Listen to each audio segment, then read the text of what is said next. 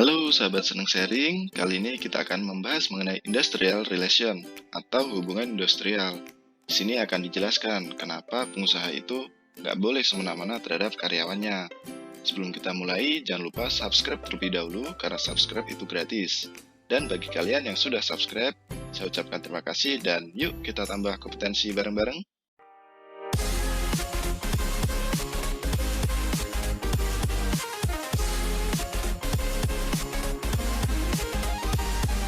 Industrial relation atau hubungan industrial adalah suatu sistem hubungan yang terbentuk antara para pelaku dalam proses produksi barang atau jasa yang terdiri dari unsur pengusaha, pekerja, dan pemerintah.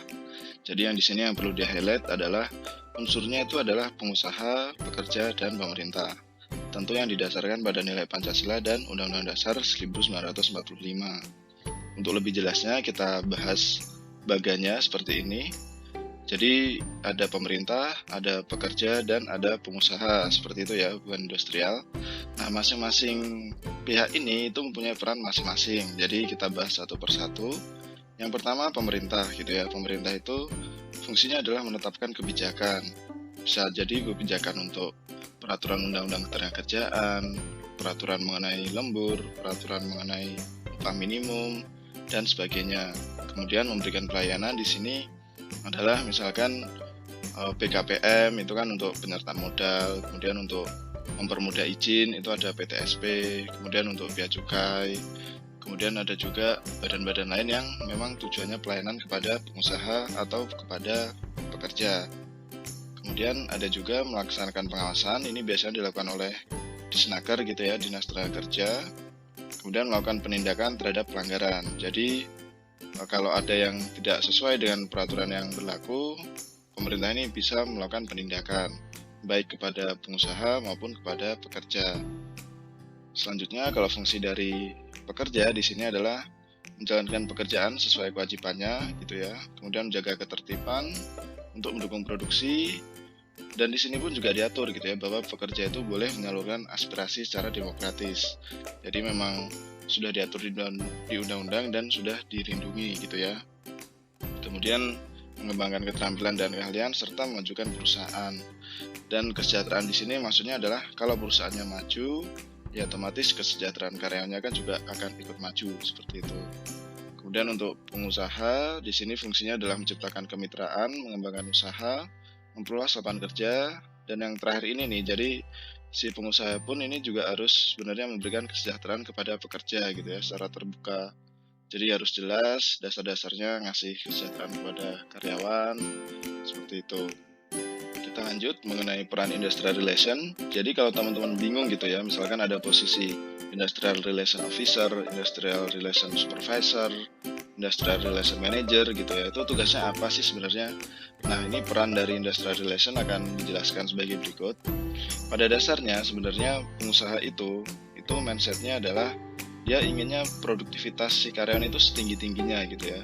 Tapi kesejahteraan untuk si karyawan yaitu ya biasa-biasa aja, kalau bisa sekecil-kecilnya. Karena kan mindsetnya pengusaha itu rata-rata adalah mengenai cost gitu ya, mengenai biaya. Kalau pendapatannya si karyawan itu tinggi gitu ya, nanti kan itu nambah biayanya dia gitu ya, sehingga keuntungan yang dia dapat itu turun. Nah, ini mindset dari pengusaha.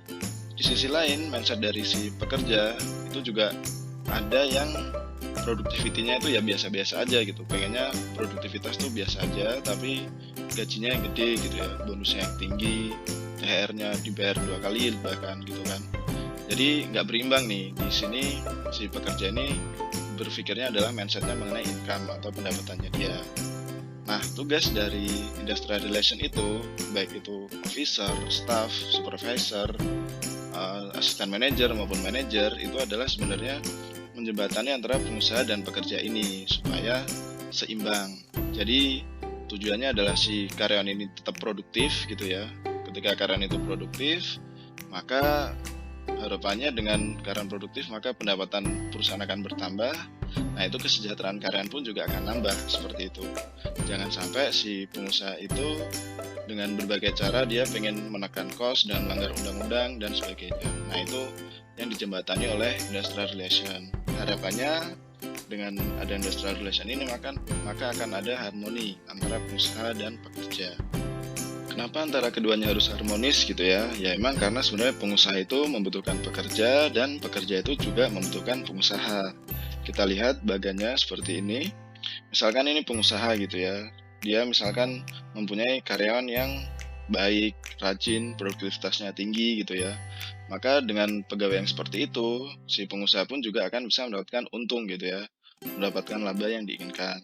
Namun sebaliknya, kalau si karyawan itu ternyata diberikan pressure yang tinggi gitu ya, kemudian diberi tekanan, kemudian sudah kewajibannya banyak tapi haknya sedikit gitu ya, lemburnya nggak dibayar dan sebagainya, sehingga karyawan ini akan stres, kemudian tidak produktif, kemudian sering keluar masuk perusahaan gitu ya, tingkat turnovernya tinggi, sehingga bisa mengakibatkan perusahaan itu pun bangkrut atau pilot. Jadi poin yang bisa diambil di sini bahwa pengusaha itu membutuhkan pekerja. Kemudian contoh yang satunya, misalkan di sini ada pekerja gitu ya, mereka ini senangannya gosip, menggunjing gitu ya, tidak bermanfaat, tidak produktif. Atau di sini misalkan ada juga karyawan yang sering banget demo gitu ya, sering kali menuntut hal-hal yang di atas normatif seperti itu, sering mogok kerja gitu ya. Maka misalkan ada karyawan yang seperti ini, pengusaha itu pasti akan pusing gitu ya, udah mikir targetnya nggak tercapai, biayanya keluar, karyawannya juga malah seperti ini gitu kan. Maka bisa jadi malah perusahaan itu akan rugi gitu ya, rugi karena nggak tercapai produksinya, karena karyawannya itu mogok, demo dan sebagainya. Ketika perusahaan itu rugi gitu ya, maka yang lebih dirugikan itu sebenarnya adalah karyawan gitu, karena karyawan itu pasti akan di PHK kalau perusahaan itu rugi. Sehingga di sini bisa kita lihat bahwa pekerja itu membutuhkan pengusaha. Sehingga sebenarnya poinnya adalah pengusaha dan pekerja itu saling membutuhkan. Pengusaha kalau nggak ada pekerja, ya siapa yang mau mengerjakan usahanya gitu kan? Siapa yang mau produksi gitu kan? Di sisi lain, pekerja kalau nggak ada pengusaha, siapa yang mau gaji dia gitu kan? Jadi sebenarnya semua itu saling membutuhkan. Pekerjaan di bidang industrial relation atau hubungan industrial itu biasanya terbagi dua. Ini kita sebut yang pertama itu hura-hura gitu ya. Hura-hura atau senang-senang di sini, ini sebenarnya juga ada maksudnya. Misalkan di sini adalah perayaan ulang tahun perusahaan. Kemudian di sini jalan-jalan dengan karyawan. Kemudian di sini ada olahraga bersama gitu ya. Ada dua, ini ada kompetisi. Kemudian mungkin ini ada family gathering, ada team building seperti itu. Nah, acara hura-hura atau senang-senang di sini tujuannya adalah untuk meningkatkan engagement atau kebersamaan antara karyawan. Jadi kalau engagementnya baik gitu ya di perusahaan, maka harapannya kan produktivitas akan naik, kemudian perusahaan pun juga akan untung seperti itu.